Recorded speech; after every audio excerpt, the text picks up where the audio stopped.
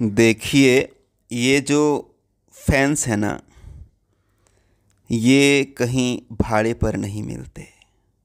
ये किराए पर बिल्कुल भी नहीं मिलते हैं।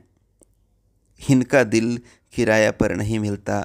उस दिल में घर बनाने के लिए एक स्टार, एक कलाकार की मेहनत, लगन, व्यवहार सब कुछ मैटर करता है। खेसारी जी किसी होटल में रुके थे, शूट के लिए गए थे, रुके थे।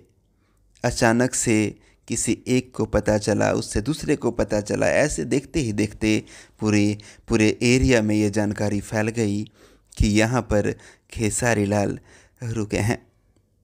देखते ही देखते अचानक भीड़ लगने लगी और अंत में खेसारी जी को बाहर आना ही पड़ा। ये फैंस लोग जाने के लिए तैयार ही नहीं थे। अपने स्टार को एक बार देख लेना चाहते थे। जिनको टीवी पर देखते हैं, जिनको यूट्यूब पर देखते हैं, उनको एक बार सामने से दीदार कर लेना चाहते थे उनका। और हुआ भी कुछ ऐसा ही। खेसारी जी नीचे आए, हाथ जोड़कर सबका अभिवादन किया। देखिए, प्यार देने से ही प्यार मिलता है। एक अपडेट था, एक झलक, स्टारडम की झलक।